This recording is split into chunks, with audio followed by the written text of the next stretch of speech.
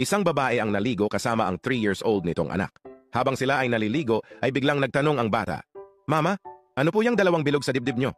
Di alam ng nanay kung ano isasagot niya sa curious niyang anak, kaya sinabihan niya na lang ito na itanong na lang sa papa niya pag uwi.